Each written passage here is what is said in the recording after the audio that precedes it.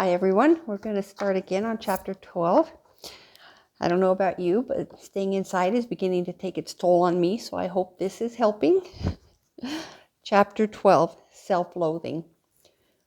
Before I get started, I know this isn't a warm and fuzzy book, but it is to honor my mom and a lot of victim advocate cases that I saw. So I'm just really trying to dedicate this to them and know that someone was listening.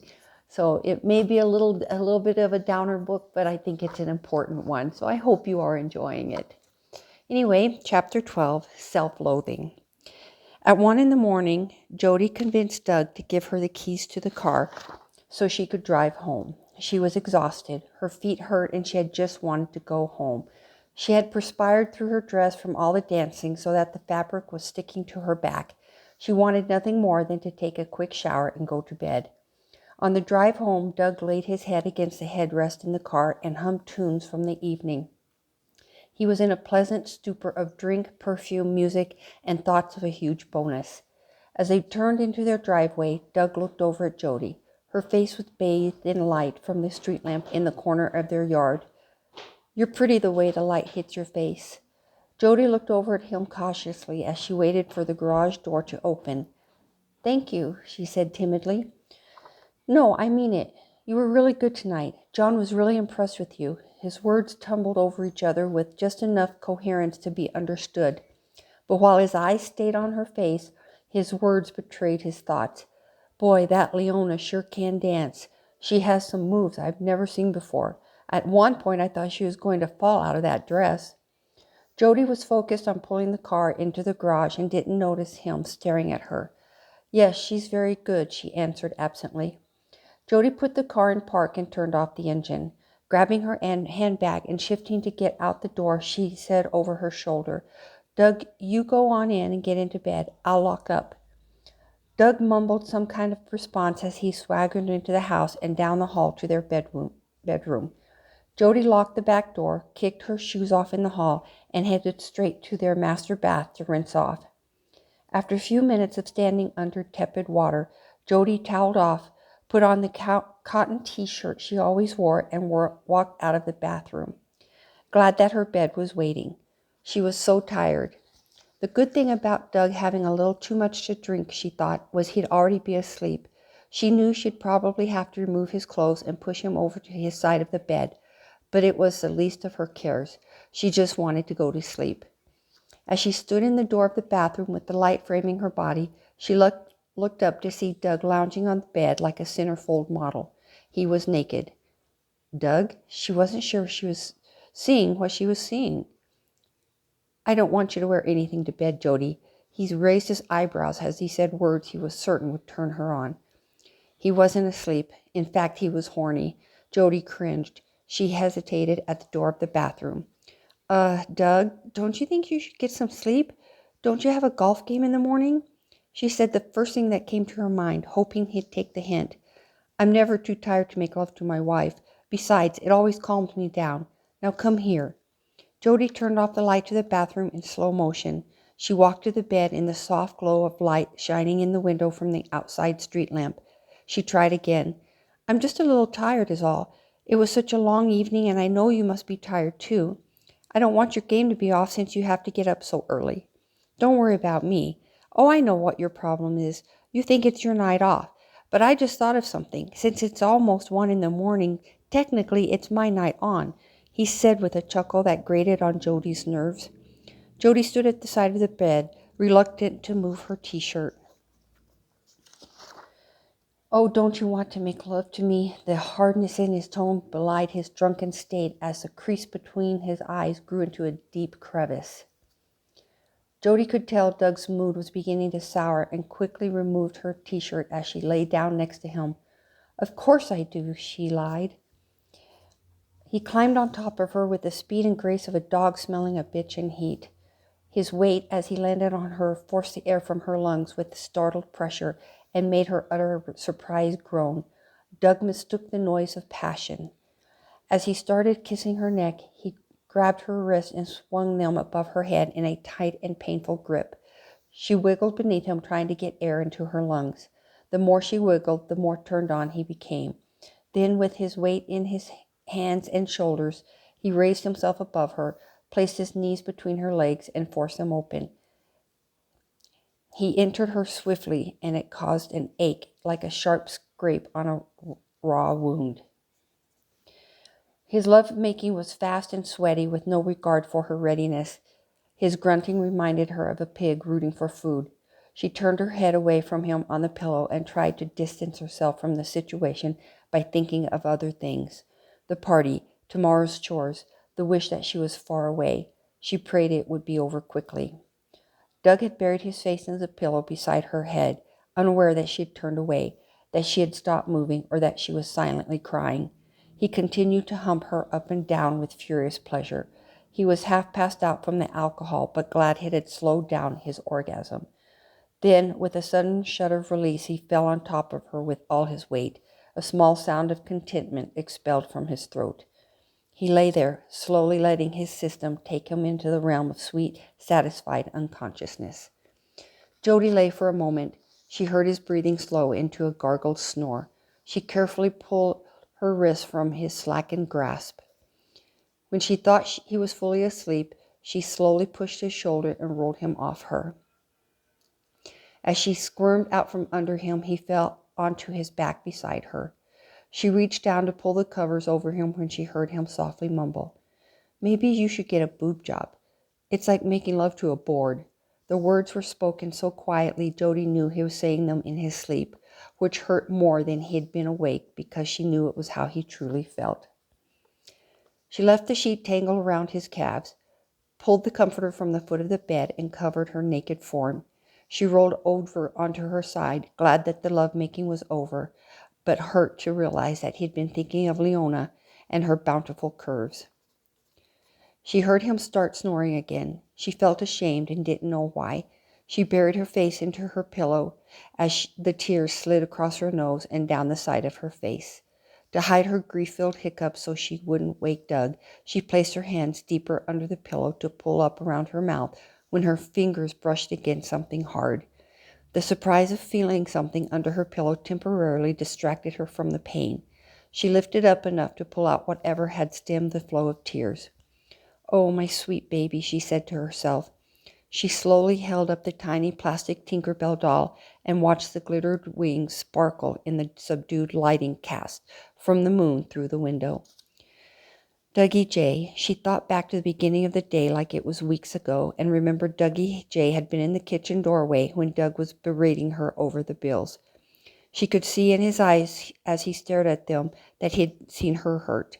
This was his way of trying to make her feel better. Her tears started falling again, but this time from knowing that the one person in her life that truly saw her for who she was only 6 years old.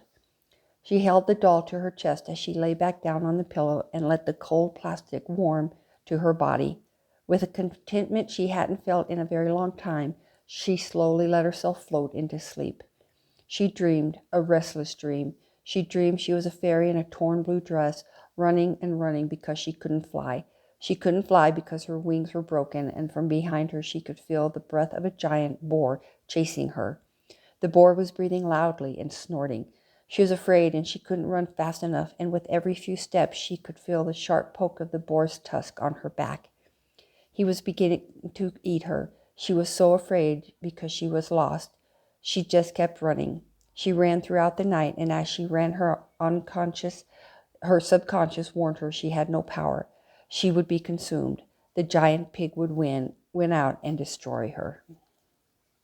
One was a little intense, I know. Section 3, Duplicity. People are rarely what they seem, do what they say, or say what they mean.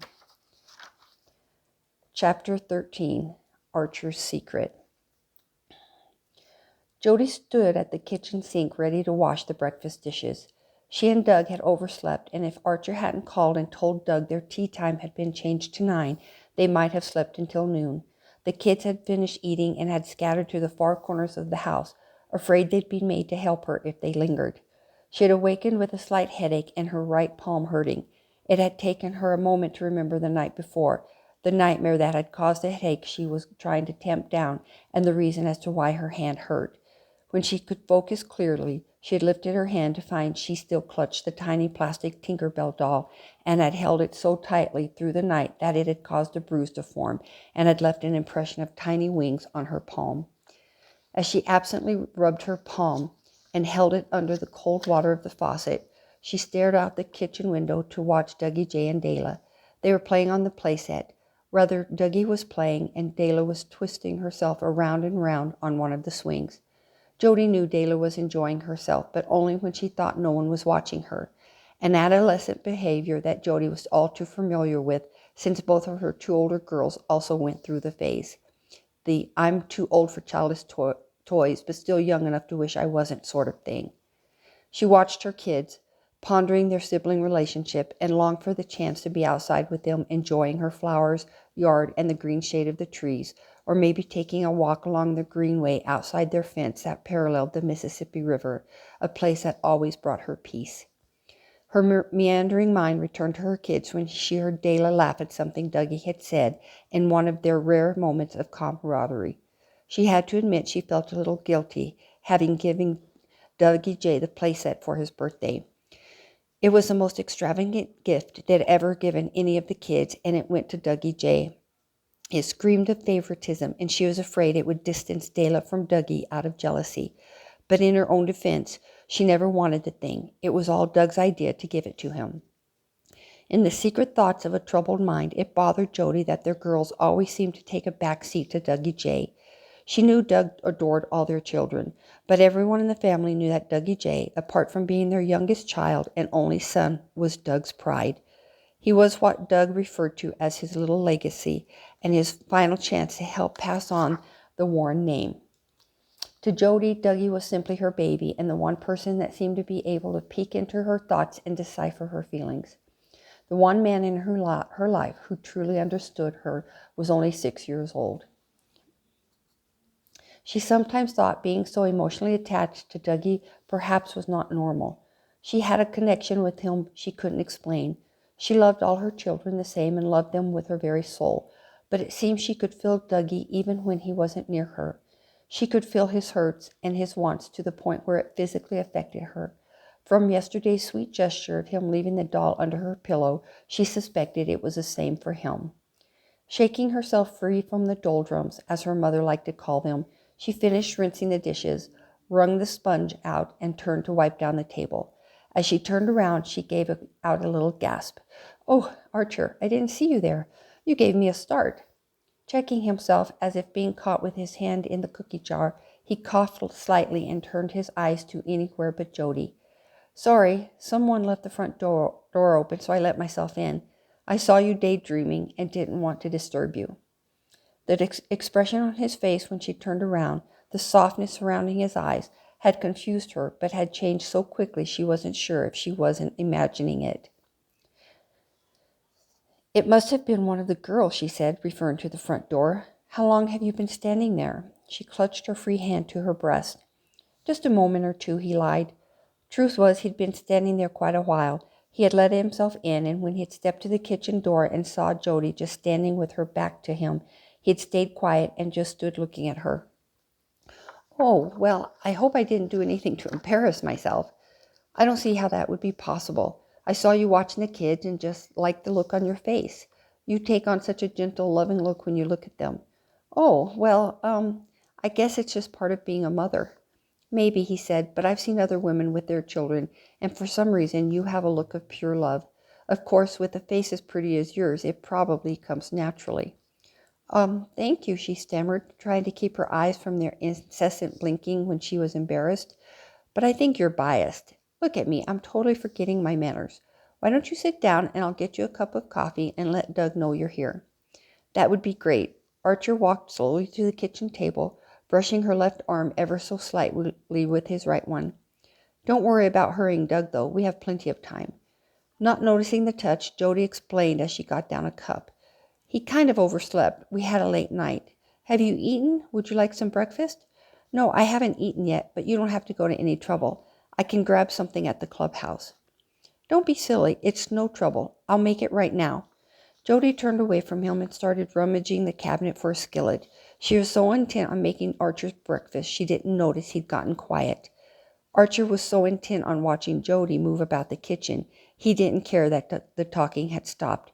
He was contemplating their comfortable silence and how the entire scene could have been right out of a Rockwell painting. With a look of pure envy, anyone watching would know Archer ached for Doug's life, an ache that was becoming more and more painful and more obvious.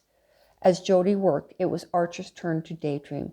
He sat quietly and relived the moment he first met her, their past, and the whole college mess. College. He'd been such a boob back then. He shook his head and let his mind drift. Okay, that's the end of that chapter, and I'll finish later. Bye.